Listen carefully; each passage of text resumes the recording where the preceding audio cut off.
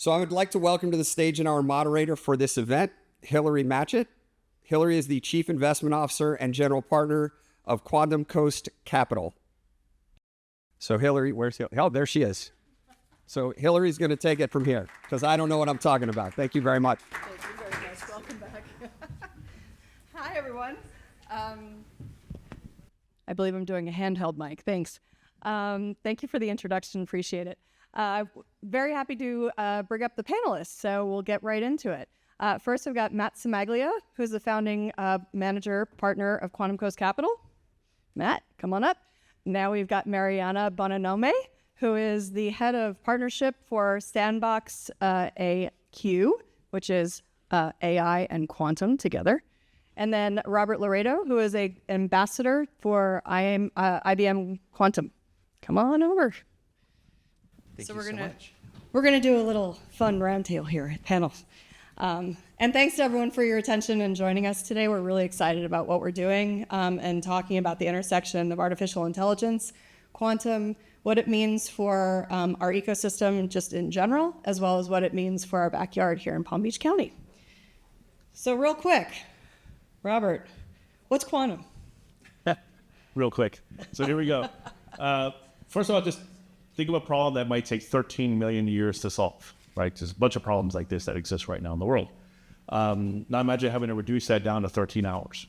But what kind of problems are these? Well, one of the things could be drug discovery, right? So being able to model these kind of diseases and being able to determine the right molecular structure so that we could carry these disease-killing drugs into there and only affect that particular drug and not have side effects, right? Because we have side effects because a lot of these things don't really work. They don't attach to other types of cells.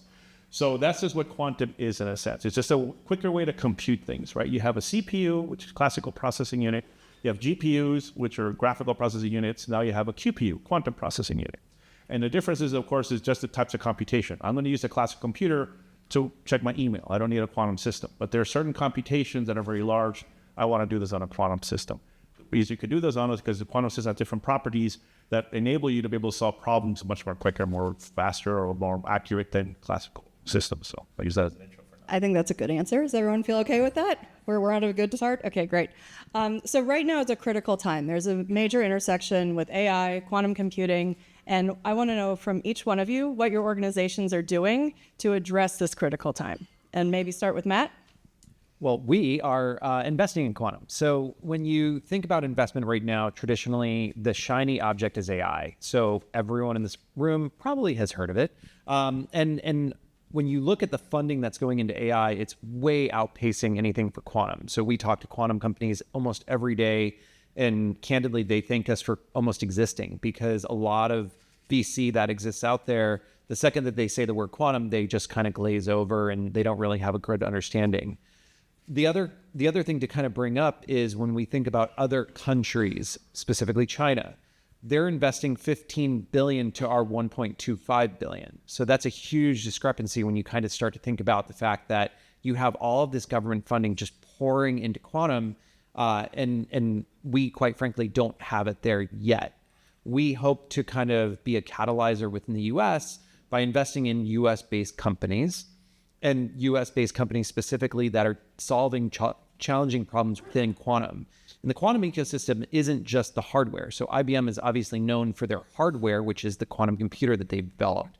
There's other areas of quantum that exist. So there's quantum networking, there's quantum sensors, and what we kind of call, which is quantum inspired, which might be the post-quantum cryptography area, which is essentially going to be breaking RSA security. So imagine everyone here in this room has some level of encryption on their work computers or on their phones or even on their Nest thermostats.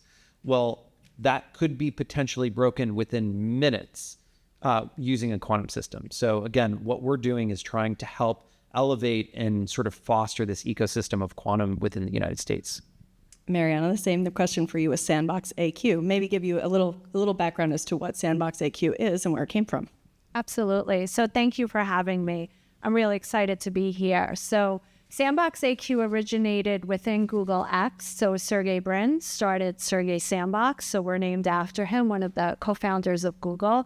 And what he wanted to do was create a pocket of Google engineers who were not just developing quantum processors as IBM does, as many others do, but also look at the other quantum technologies. So Matt alluded to quantum sensing. So that is actually one of our verticals, and we began that journey while we were still incubating within Sandbox. So the variety of things we do not address the processing, but they do address the quantum communication, the cybersecurity, the post-quantum cybersecurity, and then also looking at AI simulation. So Matt, again, alluded to quantum-inspired algorithms. So what we do is we simulate entanglement. So when you start looking into quantum, when you start Googling quantum, you'll see these words. What is entanglement? What are these quantum bits? What does this mean? So what we're able to do is mimic what would happen on quantum hardware, but take advantage of those amazing GPUs, the graphical processing units that your video game systems are relying on, and that NVIDIA is pumping out. I'm sure you know that stock. We take advantage of GPUs and we're able to simulate quantum chemistry calculations. What do we do with that? Well, we develop novel therapeutics, we develop novel materials, and things like that. So when the quantum computer comes along, we're ready to flip that switch and run those simulations on quantum hardware, which will speed them up significantly. So we're looking at all of these quantum technologies, from the sensing to the security, all the way to the quantum-inspired algorithms, and keeping our eye on what comes next. When IBM is ready with that fault-tolerant quantum computer, we'll be ready to take advantage of it. So Robert, are you ready? Are you ready? Right. So IBM, yes, we've had our systems on the cloud and available for everybody since 2016. So we've not only built the hardware, we designed the chips, we built the processors, we put it on the cloud. Putting a quantum computer is not a simple thing to put on the cloud. If it were, all the other quantum companies would have one on there. Some of them maybe only have one. So there's a lot of work on the infrastructure component. Another thing to think about as well is you have that, as mentioned here, is that you have the algorithm development and how to apply these things, but then there's a whole element in between, which is a middleware. How do you integrate these systems? How do you put a quantum computer to a high-performance computer? How do you integrate it with a university campus computers, right? How do you yourselves from your home leverage some of these systems? So there's a lot of things in between everything that you need in order to put these two systems together. Because it's classic and quantum working together where it really optimizes. That problem I mentioned early on, it took 13 million years, we did it 13 hours. That is a high-performance computer with a quantum system, looking at molecular structures that are currently impossible to structure. We were able to basically replicate it on a system, actual quantum hardware, right? So we have now systems over 100 qubits. This particular experiment we did was with only 74 qubits. We now have 156, and we're able to scale them. Our VP for quantum, in fact, at supercomputing last year said, with the help of the high-performance computing system, we should see some quantum advantage applications as soon as 2 years, so 2026.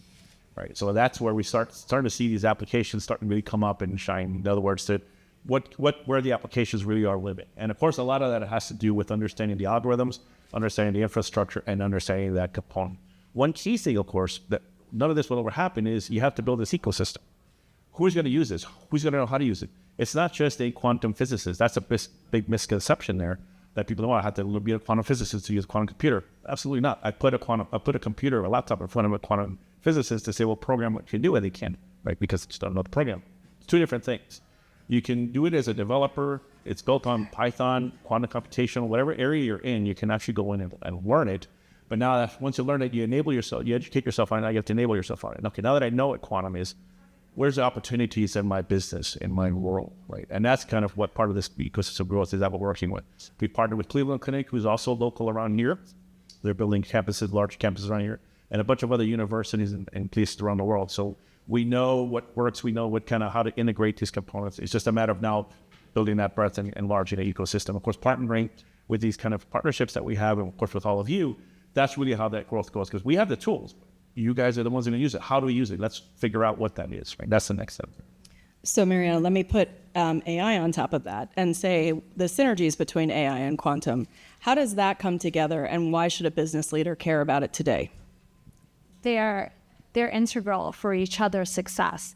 Everything that we do at my company, we cannot have these applications without both the quantum and the AI. They must work together. And what we're looking at for the future, I think Robert and Matt and Hillary as well, feel that it's going to be a classical quantum hybrid where parts of a computation will be AI and classical on classical compute, and parts of a computation will be quantum algorithms running on native quantum hardware. And what that looks like, we're going to need talent for that. But I'll give you one example. How do we do it? And it's happening right now. There's no need to wait. So I'll talk about quantum sensing a bit. So we use quantum sensors to gather data from the environment around it. We have two big applications. One is quantum navigation, and one is magnetocardiography. And so what we're doing is we have our sensors, we put them in a grid, scan the heart, and we're looking at the magnetic field map of a patient. Why is that important? Well, we now layer AI software on top of that, and AI software allows us to denoise that signal. So you don't need to be in a shielded environment. In an MRI, you're in this giant room. It's a shielded environment. It's very expensive, and it's unlikely that your insurance is going to want to let you have that test. If you have an unshielded device that's this big, I got scanned at Mount Sinai in New York. It takes 5 minutes. It's a listening device only. It maps out the magnetic field map of your heart. It compares that magnetic field map via AI to the heart of a healthy person or the heart of a person who's having a heart attack event. And it can detect very, very accurately whether you're having a heart attack event. Specifically, it does well in non-STEMI, whatever that means for those of you in the healthcare profession, for non-STEMI heart attack events. And that's edge cases where it's very hard to do diagnostics for. So we're able, with the quantum sensors and the AI, to enable that application. One more is the quantum navigation, but I'll let Matt talk about that.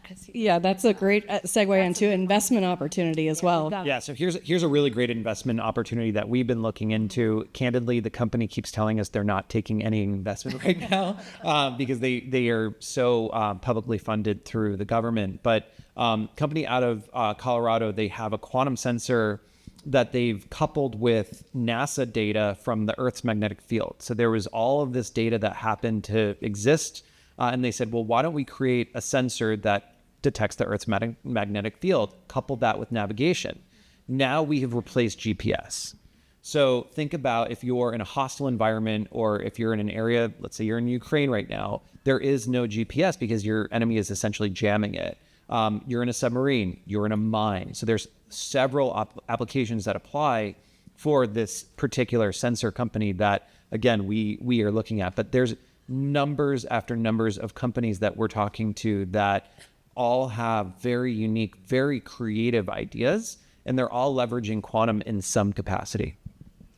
So I've heard Cleveland Clinic, I've heard IBM, I've heard research, NASA just came up. I feel a trend here. It's called Florida, but if I even bring it in a little bit closer, Palm Beach County for sure. To all three of you, why is this a place that should be positioned as one of the most important hubs for quantum computing and artificial intelligence? I'll start with Robert. Sure. Well, one being from IBM, right? This is the birthplace of the PC, right? It was the first component coming out of here, particularly out of IBM, that really impacted the world, right? And IBM's kind of work is just that. We build a technology and then the industry is built around it, right? Typewriters, PCs, right? Cloud computing, hybrid, now quantum. So the idea here is we're building the tools. Now we need to work with the industries, with the education, academia, with government to figure out, okay, we got a tool, how do we work together? We know how to build these, we know how to create algorithms, but now how do we apply it, right? And this is where this kind of grows. Same with the PC. Start with a PC. When back in those days, nobody thought about streaming, or anything else. Email was just a thought, right? It was a process, a research component, but it grew out. So now the idea is here. Right now, it's a lot of focus around that. We have classical AI. How do we push in quantum to help it? Now, the other awesome is, well, what we have is what we call born on quantum algorithms, born on quantum applications. What can we kind of think about? What can we solve with this? And then just pull in the classical components. Why? Our data is classical, so it's always there. So we need to figure, this is why they work together. So we need to convert all this. But being able to understand the usability, the usage, building an ecosystem, all of these things, that's where all of this kind of comes in. And Palm Beach County, South Florida, pretty much is a haven for this kind of stuff. We're not Silicon Valley, but we do have the core principles here. We do have that core technology. We've done it before, right? We're not new here. to this. We developed a PC, have big campuses. We can definitely do this again. Almost like it could become the Quantum Coast. There you go. Nice plug. I like how you speared that in. It was very good. Marianna, how about yourself? Thinking about the county, we just met with some academic leaders at the university level. You used to run all of education for SandboxAQ before leading, obviously, strategy and partnerships. What are you feeling about this area in particular that could be really collaborative and fabulous for this space? Well, I think that just being here for a couple of hours, what I was seeing is all of the university stakeholders coming together here to be here in one room to hear what's going on and what the potential is. That's a huge undertaking to get everyone's schedules coordinated and have them engaged, asking questions, logistical questions. How do I take the next step?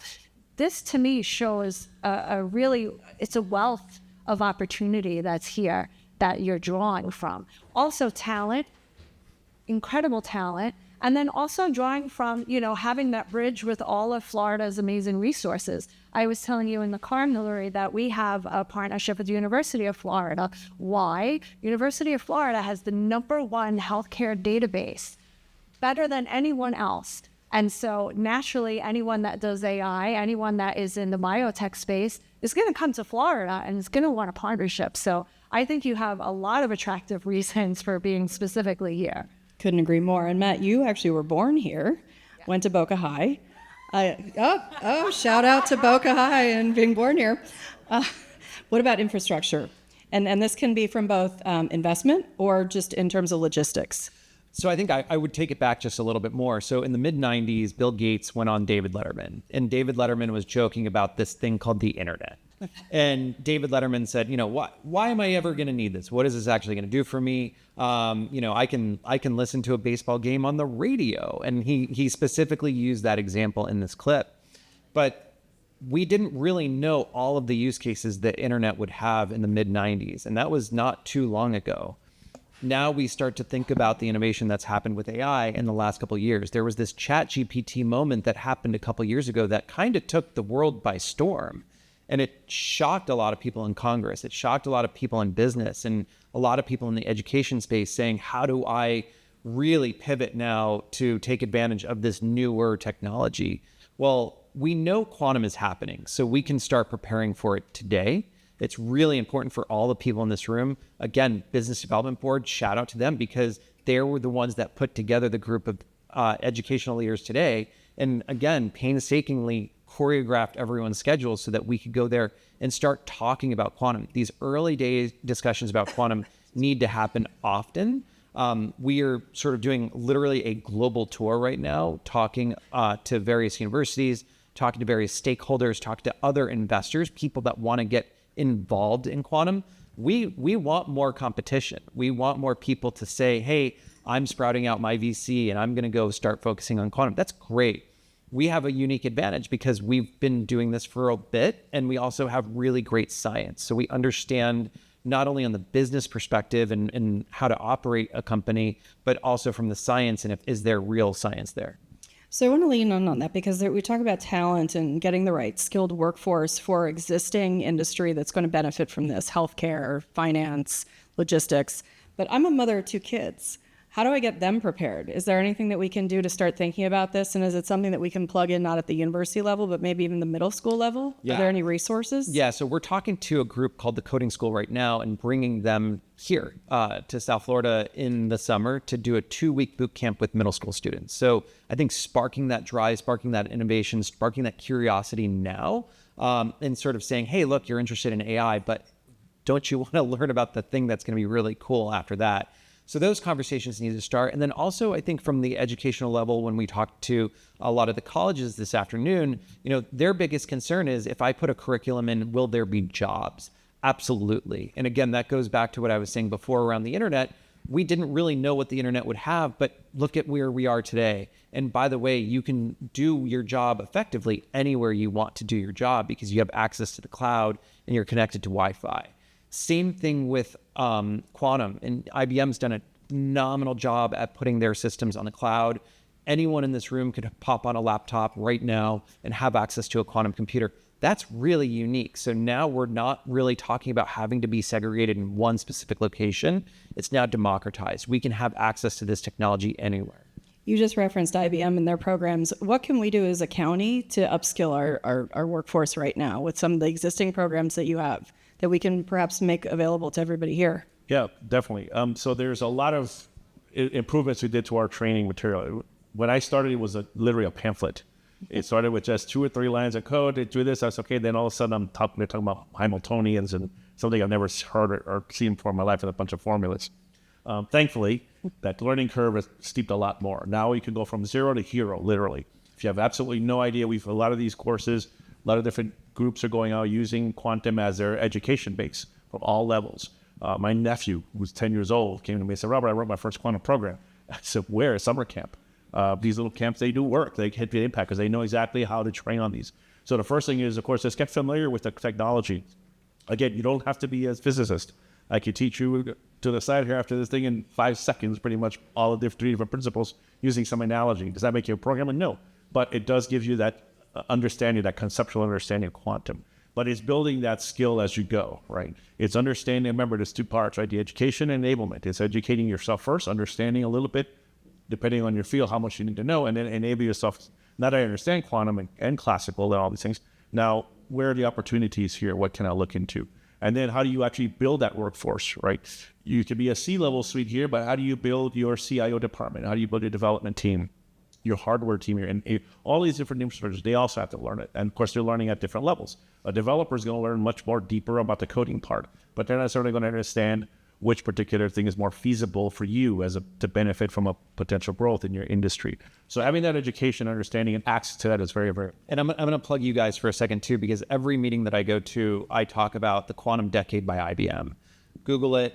It's very, very understandable and relatable. When the way that they wrote this book is, you could skim through it over your coffee on Sunday. It's at a level that we all could sort of relate to and understand. And it's not written to be, I have to have a 20-year physics degree program knowledge. So again, just to plug IBM for a second there. You guys did a great job on that. It's a great coffee table book too. So the hardware obviously seems to have a lot of physics that comes along with it. But if you're telling me that the complexity is not as scary, if you will, for everybody to get educated, where should some of our business leaders start? Or is there a way that is a direction that we can point you? Marianna, maybe this is one that you can take. Yeah, absolutely. So one recommendation is to have folks who are experts come and, give seminars, give a little talk, just pique your interest. A lot of people will go and do some more learning on their own. So for example, we are an AI and quantum company. However, I have done many sessions for our Brain Trust members who are investors, advisors to us, so that they can get up to speed and feel comfortable with the tech so that they can help us in decision making. So this is something that everyone should be doing. Even we are doing it ourselves for our own Brain Trust members. So you want to start there, but also you should really partner. I feel that companies should be partnering and having this conversation with the research institutions, the universities, because I really do feel that this is the way we're going to accelerate and look at what are the business use cases so that we can shine that quantum and AI light on them so we can solve those problems. So those problems are not going to come out of thin air. So executives really need to have this conversation flowing with everyone in this ecosystem, which is why I'm so excited for the ecosystem building that you're doing. So Boston and Chicago are already doing things like this. Are we going to build a tech hub right here in Palm Beach County, Matt? So that's the hope. So I've been working for a couple of years now to build a quantum center here in Palm Beach County. It's something that I've really kind of taken on, and we've gone to architects and we have blueprints and we have even a site picked out that we want to do this. We've been talking to Kelly for almost the last 9 months on how can we partner with other organizations so that if we build something, people will come. Right? We don't want to build something and invest millions of dollars of money into something where, again, there's just not an ecosystem or a driver around it. Again, like you said, we want to have other businesses start to have an understanding of how quantum will affect their business, because guess what? It will in some way. just like AI has affected everyone's businesses, just like the internet has affected everyone's business. So again, how do we start strategizing? How do we start building a brain trust, again, here locally? I mean, if you look out the window, why not? All right, it's a beautiful day. It's winter. And would I rather be building my tech company here or up in Massachusetts somewhere? So I think we're getting a little bit short on time. So sort of last question sort of to all of you, right? I'm sitting in the room, I'm hearing these things about AI and quantum and hybrid computing and all different things, qubits and GPUs. What is one of the things that you would recommend somebody start with after they leave today? Robert? Just that. You're first. Get started, period. It's very simple. Access to the systems are available. We'll provide those details to you as well. But getting access, getting up to speed, learning what it is, having an understanding, that's number one. Because anything after that, you have to at least know what you're talking about. At least have an understanding as to where we are. Understand what makes a good quantum system. There's a lot of different technologies. Learn about how do you determine, what are the metrics? What do we got to kind of see? Think of it as like buying a car. I'm not going to just say, well, we got a lot of tires, great tires on it, great, but what's the engine? What kind of model? What kind of problems does it have, et cetera, et cetera. Same thing with anything, right? So get an understanding of that. Again, education is one thing. That's the first period. The second one also at the same time is understand your industry, right? Most of the quantum teams that we see in these hubs that they create and in Chicago and most of these other places, they bring the right people together, right? People of, just like we have here, people of industry, people of academia, because it's not only workforce development, it's also economic development. Right. You want to build the education, you want to build that core here and not have them leave and go somewhere else and work for the company. Or you don't want them to go learn there and then they're going somewhere else and we don't have any development here, right? So this is, again, this is one of those frontier points, right? Quantum is coming in, just like the PC did years ago, just like the internet did years ago, right? It's getting started. We want to build that core here right now, of course, quickly, because it's getting, that advantage point is getting closer, where, it's going to be, well, now we have a scarcity of talent. We don't have enough time to train these, et cetera, et cetera. So getting started quicker, the better. Marianna, you're next. Yeah, no, +1 to all of that. That's absolutely, amazing advice. I would definitely take. So just, piggybacking on that, I would really start by looking at some of these large organizations that have kind of done the legwork for you. So I would look at, I've worked with the World Economic Forum. They have a quantum blueprint. One of our amazing advisors, Kelly Richdale, was a quantum fellow for them and contributed to the writing of that report. That is like an amazingly broad survey. That's a global perspective. I would also look at the amazing work from the National Quantum Initiative. Charlie Tahan and others have really, in the U.S., have really started to look at what are the areas of investment, what are the areas of focus, what are the trends, what's happening.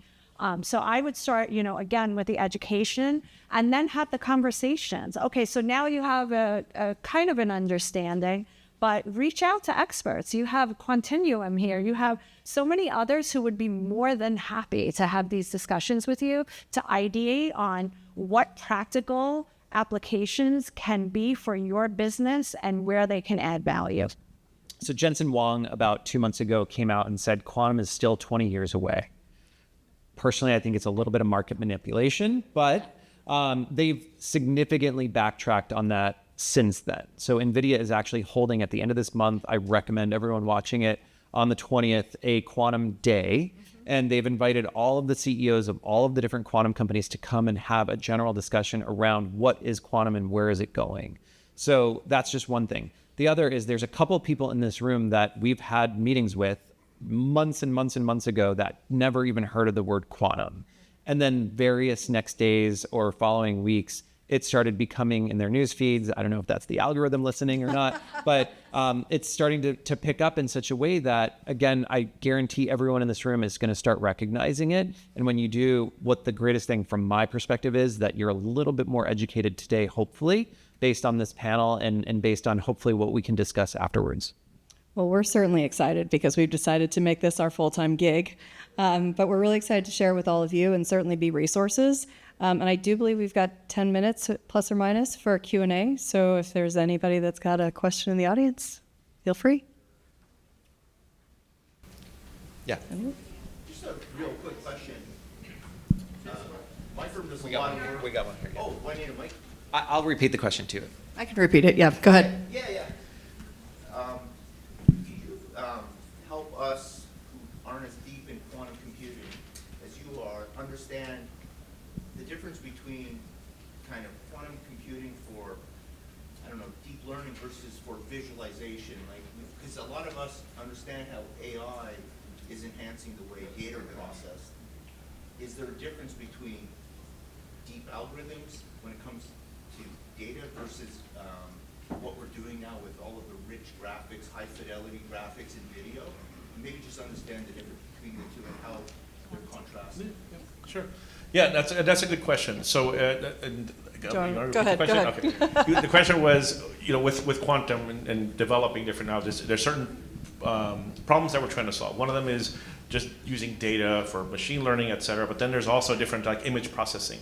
These very granular type of things that has a lot of new data, so very granular, lots of information, right? So yes, there are lots of different things. One of the advantages I have working at IBM is that all the different companies and research that we do, I get to read about and get up to date. Obviously, part of my job is to know that so we can discuss about these. One of those things, for example, is for anomaly detection, right? Detecting something that just isn't right, right? And initially they looked at this, CERN looked at that as part of their Large Hadron Collider. They said, we want to look at different patterns and understand patterns and understand what kind of patterns don't look right, don't look off, so we can filter those out and do this. Then they said, so another company, a different company said, well, that's an interesting problem, but it's a computational problem, of course. So it means that we can also use it. So they looked at it and they said, well, we're going to use anomaly detection, but we're going to detect differences in fire, right, for emergency management systems, right? So if there's a disturbance in any kind of supply chain or flow of stuff, let's say it's a flood or a fire around here, hurricanes, right? How do we get the right people to the right places? How do you manage that emergency management system? How do you get supplies where they need to be? How do you get people to the right places, right? So all of this requires a lot of computation. Of course, satellite imagery, right? Determine patterns on ecology, how things are heating up. Are we getting our oceans are getting too warm? We're getting fires all over the place now. So how do you manage all this information? So a lot of that work is done they're looking at that, but like I said, expanding it by applying some of that computation on quantum. And again, what they're looking at it now is more on prototypes, right? Because our systems are not quite at advantage. But part of the reason, again, to start early and looking at those is identifying certain problems that exist now, seeing how they apply to different industry, understanding that size of the problem. So as the systems scale, so does your problem. You can then realize, looking at a roadmap, going, oh, you know what? In the next year and a half, I think we can do this. So let's get this rolling, right? So there are different ways of doing that as well, too. And I have a little bit of a contradictory comment. Quantum isn't going to be used for everything.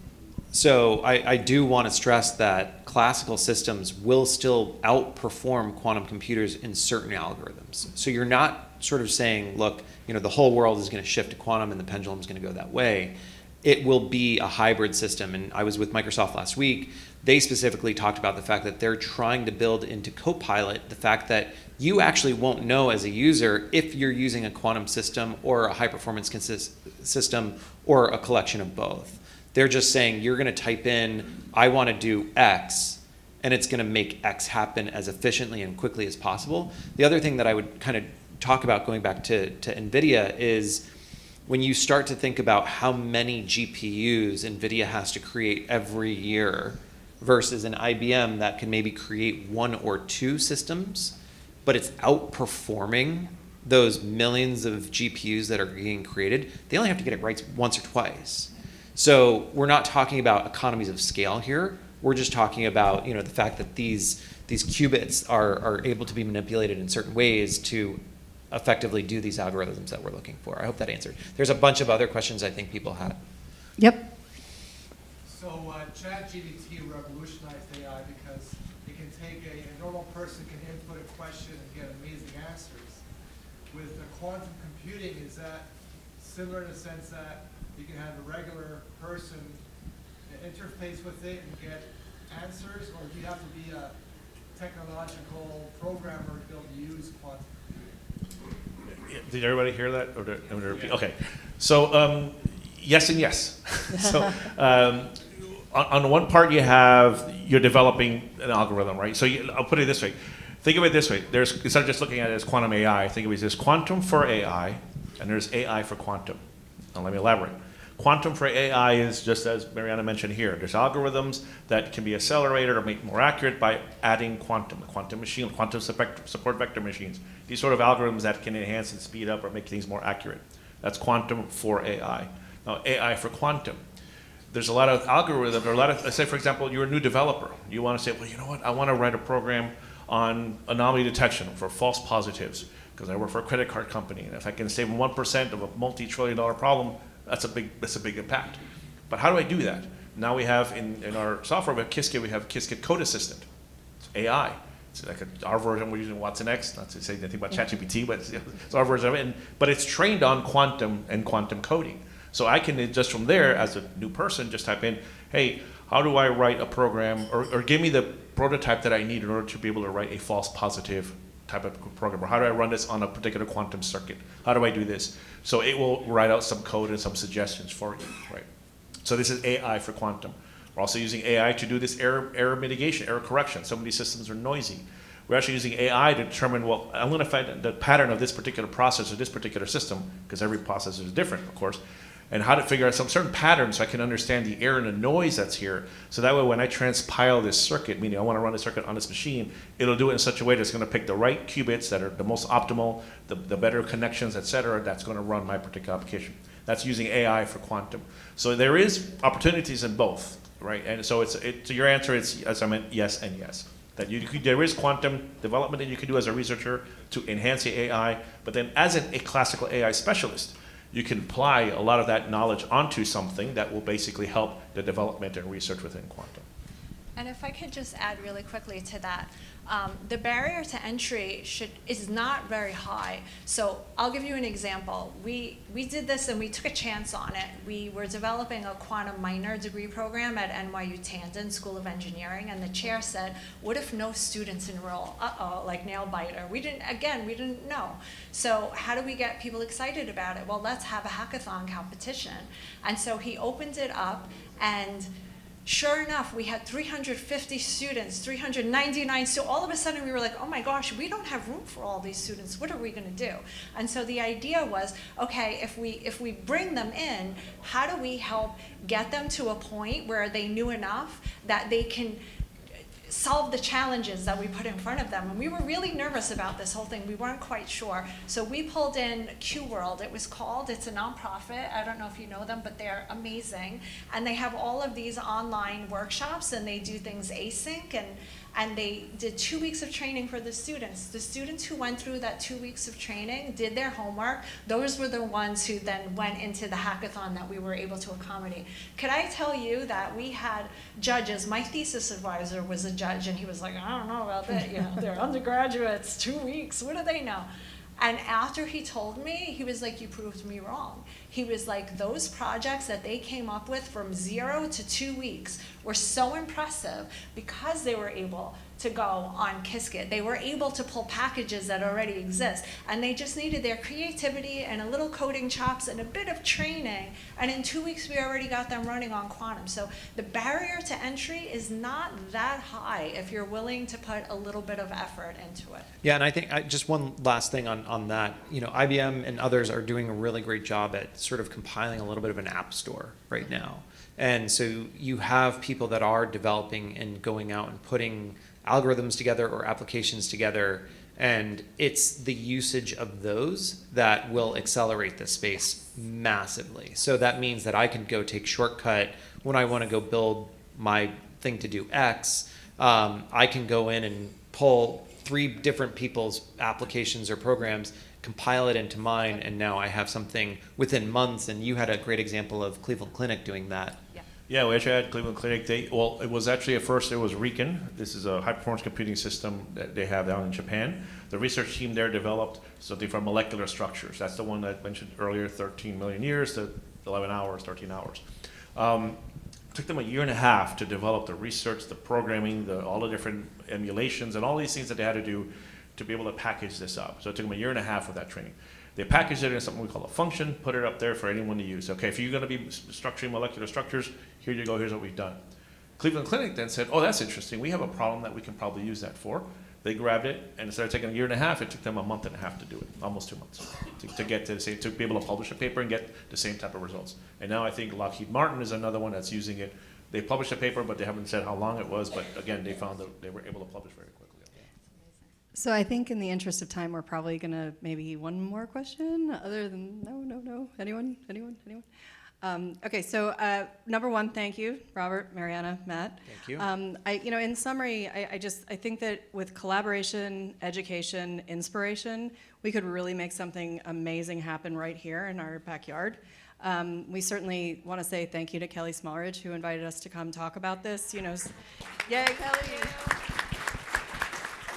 And despite what people may hear, technology actually has been in our ecosystem for a very long time. And we're going to, put that to the nth degree, right? So we're going to have compounding returns. But no, we're really excited about the education, and we're always happy to be a resource as to why we feel that this is something that you should be aware of. Matt alluded to the fact that now that you've heard about a little bit more quantum, you're going to see it everywhere. It's like it lifts off the page and talks to you now.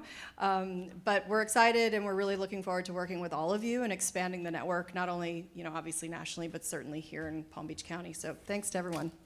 Thank you very much. Y'all stay up. Don't get up. This is going to be very brief. I missed somebody in my intros. Our secretary, member of our executive committee, Michelle McGovern. Thank you for being here, Michelle, with Comcast. I hate it when I make mistakes, and I did 2 in a day, so I'm going to blame Tallahassee. It just sucks the brain power right out of you. So for everybody here, to you, I want to thank you all. I'm not sure what you said, but it sounded really impressive. So Marianna, Matt, Robert, you've taken the time to give us some of what we need so that we can start thinking about our future. So thank you very much for giving that insight to us today. Your perspectives on AI, quantum computing, which I actually kind of more understand now, so I'm going to give some credit. And the emerging by the way, industries. I was in a room of physicists last week, and not any of them could really explain what AI or what quantum was. And yet my 20-year-old somehow figures out that I'm stupid for not knowing. So I'm going to tell him that next time. I appreciate that even more than anything else. So that's good. This is our future, and we need to get ahead of it, and we need to really understand it. So again, your time and the knowledge you've shared and the discussions we've had is really impressive. And Hillary, thank you, because God knows I can't moderate this. You really did a great job of guiding this conversation today, bringing out what we needed to talk about, and for helping us secure this panel, which Hillary deserves a lot of credit. So let's give her some applause. And for all of you, particularly those of you who ask questions, thank you for being here. Again, as I say it as often as I can, this is driven by our membership. You are what makes the BDB strong. You're consistent and constant, which are the same thing. I'm really tired. Support of what we do makes this organization go. So thank you all very much. I hope you had a interesting time and a good time, and that you all will continue to come back for more. And with that, we're done. Thank you all. Thank you.